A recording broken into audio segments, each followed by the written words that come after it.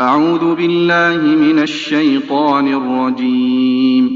بسم الله الرحمن الرحيم. قال فما خطبكم أيها المرسلون؟ قالوا إنا أرسلنا إلى قوم مجرمين لنرسل عليهم حجارة من طين مسومة عند ربك للمسرفين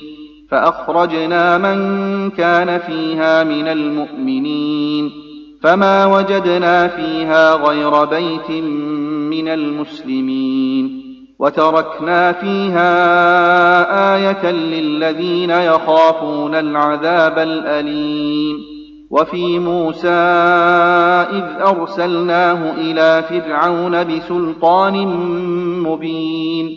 فتولى بركنه وقال ساحر أو مجنون فأخذناه وجنوده فنبذناهم في اليم وهو مليم. وفي عاد إذ أرسلنا عليهم الريح العقيم ما تذر من شيء أتت عليه إلا جعلته كالرميم. وفي ثمود إذ قيل لهم تمتعوا حتى حين فعتوا عن أمر ربهم فأخذتهم الصاعقة وهم ينظرون فما استطاعوا من قيام وما كانوا منتصرين. وقوم نوح من قبل إنهم كانوا قوما فاسقين. والسماء بنيناها بأيد وإنا لموسعون والأرض فرشناها فنعم الماهدون. ومن كل شيء خلقنا زوجين لعلكم تذكرون. ففروا إلى الله إني لكم منه نذير مبين. ولا تجعلوا مع الله إلها آخر إني لكم منه نذير مبين. كذلك ما أتى الذين من قبلهم من رسول إلا قالوا ساحر أو مجنون أتواصوا به بل هم قوم طاغون. فتول عنهم فما أنت بملوم وذكر فإن الذكرى تنفع المؤمنين. وما خلقت الجن والإنس إلا ليعبدون ما أريد منهم من رزق وما أريد أن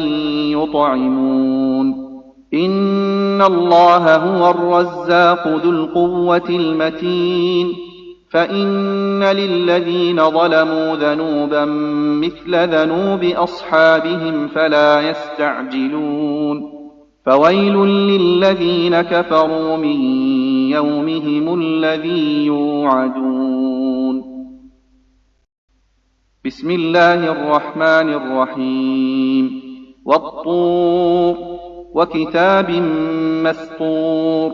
في رق منشور والبيت المعمور والسقف المرفوع والبحر المسجور إن عذاب ربك لواقع ما له من دافع يوم تمور السماء مورا وتسير الجبال سيرا فويل يومئذ للمكذبين الذين هم في خوض يلعبون. يوم يدعون إلى نار جهنم دعا هذه النار التي كنتم بها تكذبون أفسحر هذا أم أنتم لا تبصرون يصلوها فاصبروا أو لا تصبروا سواء عليكم إنما تجزون ما كنتم تعملون. إن المتقين في جنات ونعيم فاكهين بما آتاهم ربهم ووقاهم ربهم عذاب الجحيم كلوا واشربوا هنيئا بما كنتم تعملون متكئين على سرر مصفوفة وزوجناهم بحور عين والذين آمنوا واتبعتهم ذريتهم بإيمان ألحقنا بهم ذريتهم وما ألتناهم من عملهم من شيء كل امرئ بما كسب رهين وأمددناهم بفاكهة ولحم مما يشتهون يتنازعون فيها كأسا لا لغو فيها ولا تأثيم ويطوف عليهم غلمان لهم كأنهم لؤلؤ مكنون وأقبل بعضهم على بعض يتساءلون قالوا إنا كنا قبل في أهلنا مشفقين فمن الله علينا ووقانا عذاب السموم إنا كنا من قبل ندعوه إنه هو البر الرحيم فذكر فما أنت بنعمة ربك بكاهن ولا مجنون أم يقولون شاعر نتربص به ريب المنون قل تربصوا فإني معكم من المتربصين أم تأمرهم أحلامهم بهذا أم هم قوم طاغون أم يقولون تقوله بل لا يؤمنون فليأتوا بحديث مثله إن كانوا صادقين أم خلقوا من غير شيء أم هم الخالقون أم خلقوا السماوات والأرض بل لا يوقنون أم عندهم خزائن ربك أم هم المسيطرون أم لهم سلم يستمعون فيه فليأت مستمعهم بسلطان مبين أم له البنات ولكم البنون أم تسألهم أجرا فهم من مغرم مثقلون أم عندهم الغيب فهم يكتبون أم يريدون كيدا فالذين كفروا هم المكيدون أم لهم إله غير الله سبحان الله عما يشركون وإن يروا كسفا من السماء ساقطا يقولوا سحاب مركوم فذرهم حتى يلاقوا يومهم الذي فيه يصعقون يوم لا يغني عنهم كيدهم شيئا ولا هم ينصرون وإن للذين ظلموا عذابا دون ذلك ولكن أكثرهم لا يعلمون واصبر لحكم ربك فإنك بأعيننا وسبح بحمد ربك حين تقوم ومن الليل فسبحه وإدبار النجوم بسم الله الرحمن الرحيم والنجم إذا هوى ما ضل صاحبكم وما غوى وما ينطق عن الهوى إن هو إلا وحي يوحى علمه شديد القوى ذو مرة فاستوى وهو بالأفق الأعلى ثم دنا فتدلى فكان قاب قوسين أو أدنى فأوحى إلى عبده ما أوحى ما كذب الفؤاد ما رأى أفتمارونه على ما يرى ولقد رآه نزلة أخرى عند سدرة المنتهى عندها جنة المأوى إذ يغشى السدرة ما يغشى ما زاغ البصر وما طغى لقد رأى من آيات ربه الكبرى أفرأيتم اللات والعزى ومناة الثالثة الأخرى ألكم الذكر وله الأنثى تلك إذا قسمة ضيزى إن هي إلا أسماء سميتموها أنتم وآباؤكم ما أنزل الله بها من سلطان إن يتبعون إلا الظن وما تهوى الأنفس ولقد جاءهم من ربهم الهدى أم للإنسان ما تمنى فلله الآخرة والأولى وكم من ملك في السماوات لا تغني شفاعتهم شيئا إلا من بعد أن يأذن الله لمن يشاء ويرضى إن الذين لا يؤمنون بالآخرة ليسمون الملائكة تسمية الأنثى وما لهم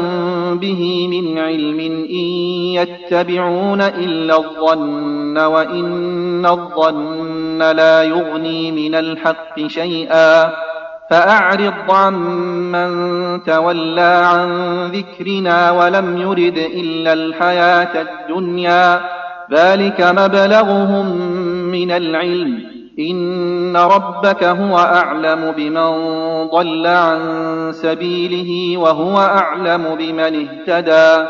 ولله ما في السماوات وما في الأرض ليجزي الذين أساءوا بما عملوا ويجزي الذين أحسنوا بالحسنى الذين يجتنبون كبائر الإثم والفواحش إلا اللمم إن ربك واسع المغفرة هو أعلم بكم إذ أنشأكم من الأرض وإذ أنتم أجنة في بطون أمهاتكم فلا تزكوا أنفسكم هو أعلم بمن اتقى أفرأيت الذي تولى وأعطى قليلا وأكدى أعنده علم الغيب فهو يرى أم لم ينبأ بما في صحف موسى وإبراهيم الذي وفى ألا تزر وازرة وزر أخرى وأن ليس للإنسان إلا ما سعى وأن سعيه سوف يرى ثم يجزاه الجزاء الأوفى وأن إلى ربك المنتهى وأنه هو أضحك وأبكى وأنه هو أمات وأحيا وأنه خلق الزوجين الذكر والأنثى من نطفة إذا تمنى وأن عليه النشأة الأخرى وأنه هو أغنى وأقنى وأنه هو رب الشعرى وأنه أهلك عادا الأولى وثمود فما أبقى وقوم نوح من قبل إنهم كانوا هم أظلم وأطغى والمؤتفكة أهوى فغشاها ما غشى فبأي آلاء ربك تتمارى هذا نذير من النذر الأولى أزفت الآزفة ليس لها من دون الله كاشفة أفمن هذا الحديث تعجبون وتضحكون ولا تبكون وأنتم سامدون فاسجدوا لله واعبدوا بسم الله الرحمن الرحيم اقتربت الساعة وانشق القمر وإن يروا آية يعرضوا ويقولوا سحر مستمر وكذبوا واتبعوا أهواءهم وكل أمر مستقر ولقد جاءهم من الأنباء ما فيه مزدجر حكمة بالغة فما تغني النذر فتول عنهم يوم يدعو الداع إلى شيء نكر خش عن أبصارهم يخرجون من الأجداث كأنهم جراد منتشر مهطعين إلى الداع يقول الكافرون هذا يوم عسر كذبت قبلهم قوم نوح فكذبوا عبدنا وقالوا مجنون وازدجر فدعا ربه أني مغلوب فانتصر ففتحنا أبواب السماء بماء منهمر وفجرنا الأرض عيونا فالتقى الماء على أمر قد قدر وحملناه على ذات ألواح ودسر تجري بأعيننا جزاء لمن كان كفر ولقد تركناها آية فهل من مدكر فكيف كان عذابي ونذر ولقد يسرنا القرآن للذكر فهل من مدكر كذبت عاد فكيف كان عذابي ونذر إنا أرسلنا عليهم ريحا صرصرا في يوم نحس مستمر تنزع الناس كأنهم أعجاز نخل منقعر فكيف كان عذابي ونذر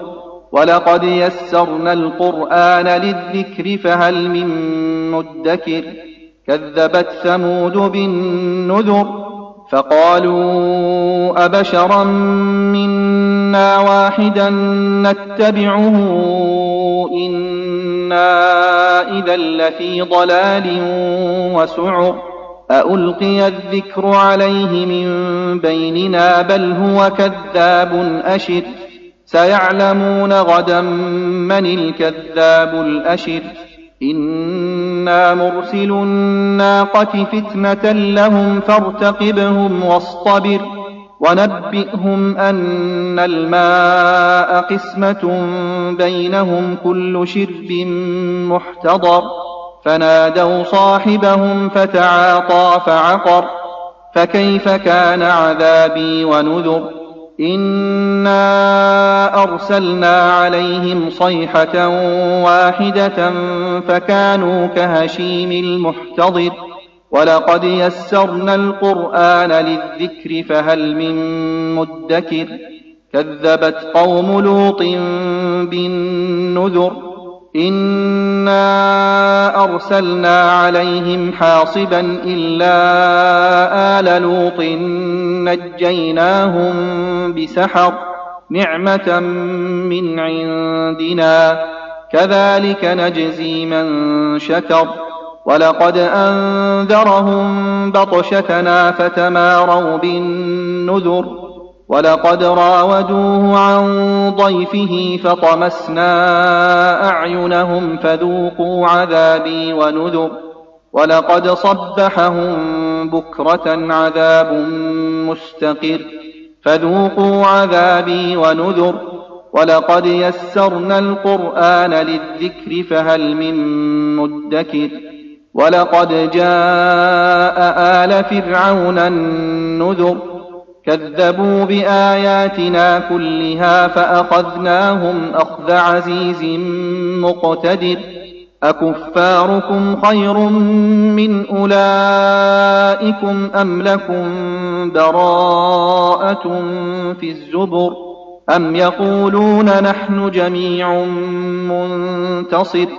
سيهزم الجمع ويولون الدبر بل الساعة موعدهم والساعة أدهى وأمر إن المجرمين في ضلال وسعر يوم يسحبون في النار على وجوههم ذوقوا مس سقر إنا كل شيء خلقناه بقدر وما أمرنا إلا واحدة كلمح بالبصر ولقد أهلكنا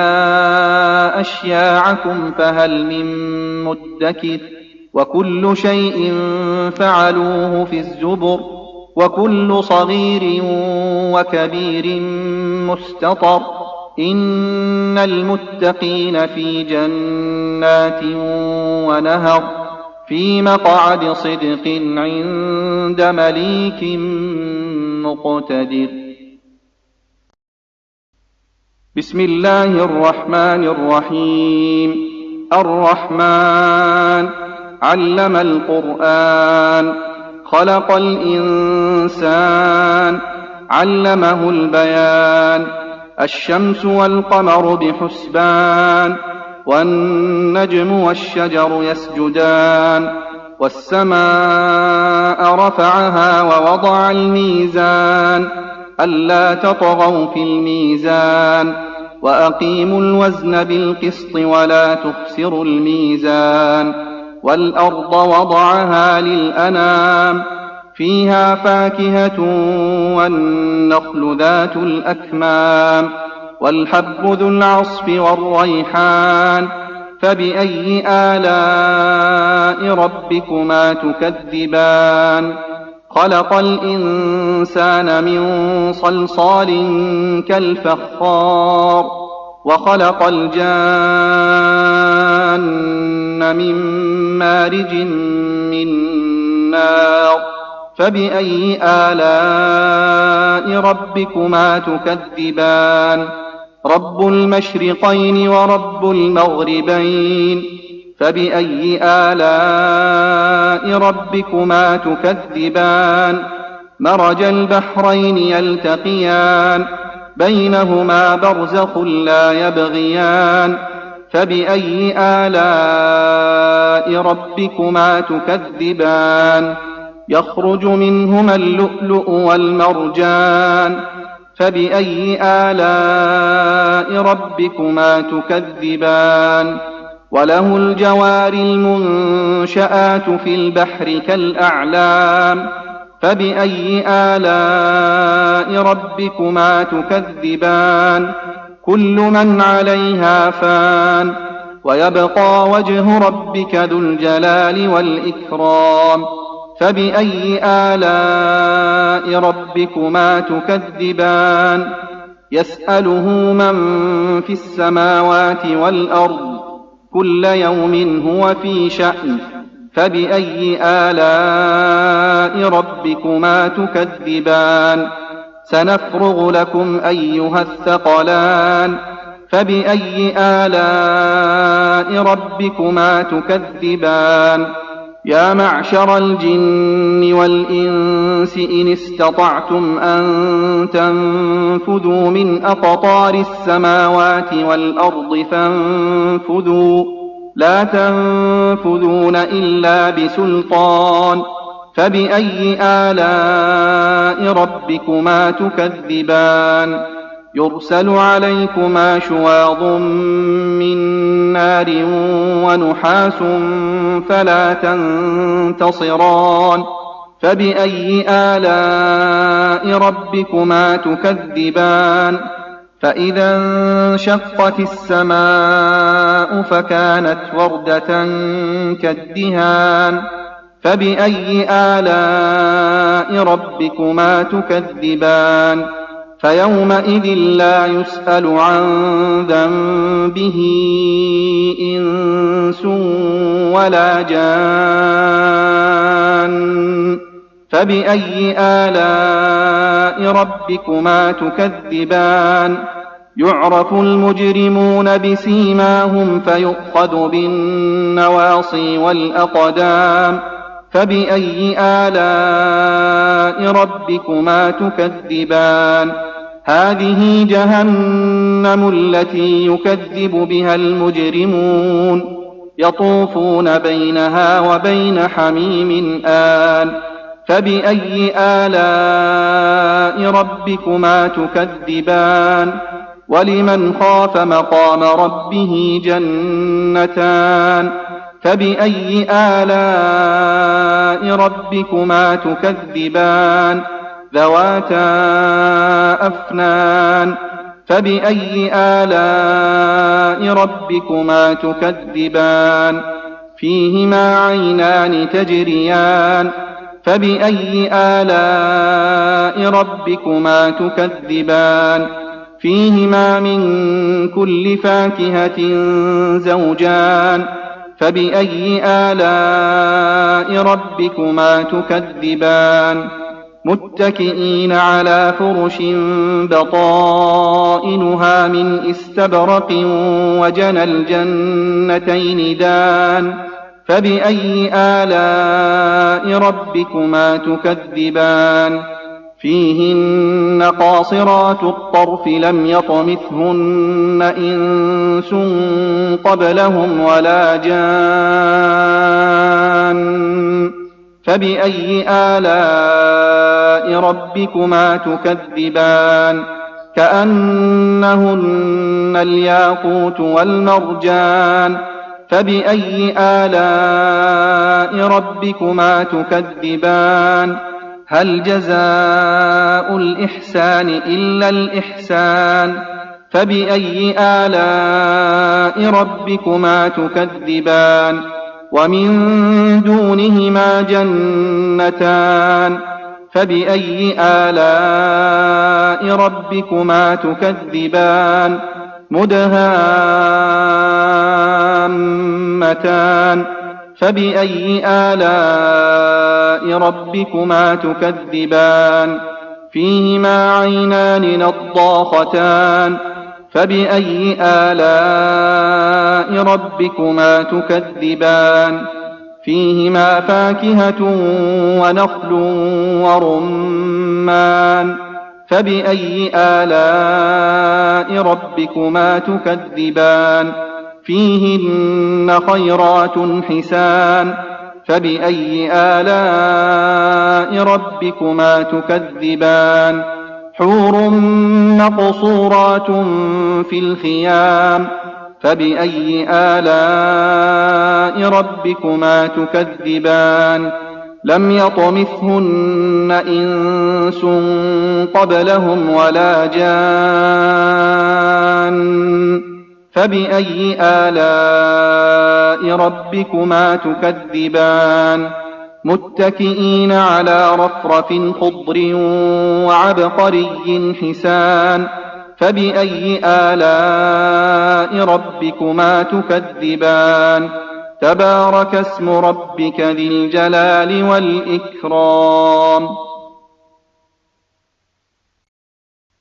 بسم الله الرحمن الرحيم إذا وقعت الواقعة ليس لوقعتها كاذبة خافضة رافعة إذا رجت الأرض رجا وبست الجبال بسا فكانت هباء منبثا وكنتم أزواجا ثلاثة فأصحاب الميمنة ما أصحاب الميمنة وأصحاب المشأمة ما أصحاب المشأمة والسابقون السابقون أولئك المقربون في جنات النعيم ثلة من الأولين وقليل من الآخرين على سرر موضونة متكئين عليها متقابلين يطوف عليهم ولدان مخلدون بأكواب وأباريق وكأس من معين لا يصدعون عنها ولا ينزفون وفاكهة مما يتخيرون ولحم طير مما يشتهون وحور عين كأمثال اللؤلؤ المكنون جزاء بما كانوا يعملون لا يسمعون فيها لغوا ولا تأثيما إلا قيلا سلاما سلاما وأصحاب اليمين ما أصحاب اليمين في سدر مخضود وطلح منضود وظل ممدود وماء مسكوب وفاكهة كثيرة لا مقطوعة ولا ممنوعة وفرش مرفوعة إنا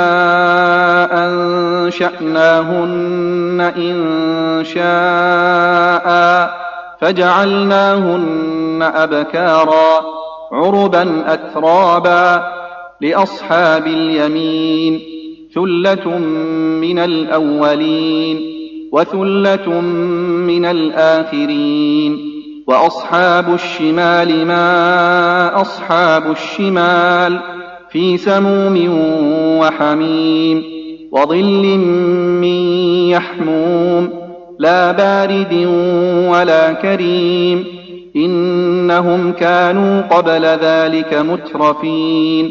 وكانوا يصرون على الحنث العظيم وكانوا يقولون أئذا متنا وكنا ترابا وعظاما أئنا لمبعوثون أوآباؤنا الأولون قل إن الأولين والآخرين لمجموعون إلى ميقات يوم معلوم ثم إنكم أيها الضالون المكذبون لآكلون من شجر من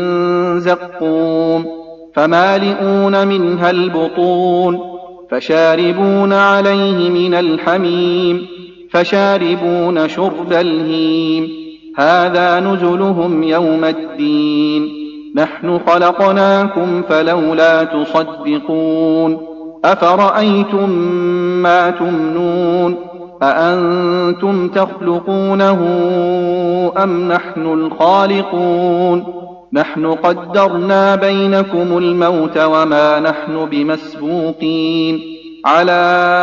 أن نبدل أمثالكم وننشئكم فيما لا تعلمون ولقد علمتم النشأة الأولى فلولا تذكرون أفرأيتم ما تحرثون أأنتم تزرعونه أم نحن الزارعون لو نشاء لجعلناه حطاما فظلتم تفكهون إنا لمغرمون بل نحن محرومون أفرأيتم الماء الذي تشربون أأنتم أنزلتموه من المزن أم نحن المنزلون لو نشاء جعلناه أجاجا فلولا تشكرون أفرأيتم النار التي تورون أأنتم أنشأتم شجرتها أم نحن المنشئون نحن جعلناها تذكرة ومتاعا للمقوين فسبح باسم ربك العظيم فلا أقسم بمواقع النجوم وإنه لقسم لو تعلمون عظيم إنه لقرآن كريم في كتاب مكنون لا يمسه إلا المطهرون تنزيل من رب العالمين أفبهذا الحديث أنتم مدهنون وتجعلون رزقكم أنكم تكذبون فلولا إذا بلغت الحلقوم وأنتم حينئذ تنظرون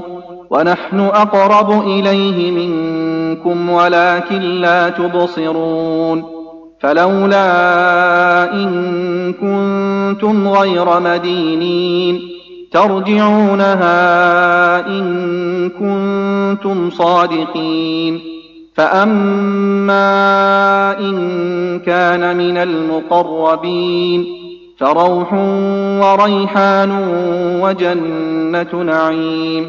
وأما إن كان من أصحاب اليمين فسلام لك من أصحاب اليمين. وأما إن كان من المكذبين الضالين فنزل من حميم وتصلية جحيم. إن هذا لهو حق اليقين. فسبح باسم ربك العظيم. بسم الله الرحمن الرحيم. سبح لله ما في السماوات والأرض وهو العزيز الحكيم. له ملك السماوات والأرض يحيي ويميت وهو على كل شيء قدير. هو الأول والآخر والظاهر والباطن وهو بكل شيء عليم. هو الذي خلق السماوات والأرض في 6 أيام ثم استوى على العرش يعلم ما يلج في الأرض وما يخرج منها وما ينزل من السماء وما يعرج فيها وهو معكم أينما كنتم والله بما تعملون بصير. له ملك السماوات والأرض وإلى الله ترجع الأمور. يولج الليل في النهار ويولج النهار في الليل وهو عليم بذات الصدور. آمنوا بالله ورسوله وأنفقوا مما جعلكم مستخلفين فيه فالذين آمنوا منكم وأنفقوا لهم أجر كبير. وما لكم لا تؤمنون بالله والرسول يدعوكم لتؤمنوا بربكم وقد أخذ ميثاقكم إن كنتم مؤمنين. هو الذي ينزل على عبده آيات بينات ليخرجكم من الظلمات إلى النور وإن الله بكم لرءوف رحيم. وما لكم ألا تنفقوا في سبيل الله ولله ميراث السماوات والأرض لا يستوي منكم من أنفق من قبل الفتح وقاتل أولئك أعظم درجة من الذين أنفقوا من بعد وقاتلوا وكلا وعد الله الحسنى والله بما تعملون خبير. من ذا الذي يقرض الله قرضا حسنا فيضاعفه له وله أجر كريم. يوم ترى المؤمنين والمؤمنات يسعى نورهم بين أيديهم وبأيمانهم بشراكم اليوم جنات تجري من تحتها الأنهار خالدين فيها ذلك هو الفوز العظيم. يوم يقول المنافقون والمنافقات للذين آمنوا انظرونا نقتبس من نوركم قيل ارجعوا وراءكم فالتمسوا نورا فضرب بينهم بسور له باب باطنه فيه الرحمة وظاهره من قبله العذاب. ينادونهم ألم نكن معكم قالوا بلى ولكنكم فتنتم أنفسكم وتربصتم وارتبتم وغرتكم الأماني حتى جاء أمر الله وغركم بالله الغرور. فاليوم لا يؤخذ منكم فدية ولا من الذين كفروا مأواكم النار هي مولاكم وبئس المصير. ألم يأن للذين آمنوا أن تخشع قلوبهم لذكر الله وما نزل من الحق ولا يكونوا كالذين أوتوا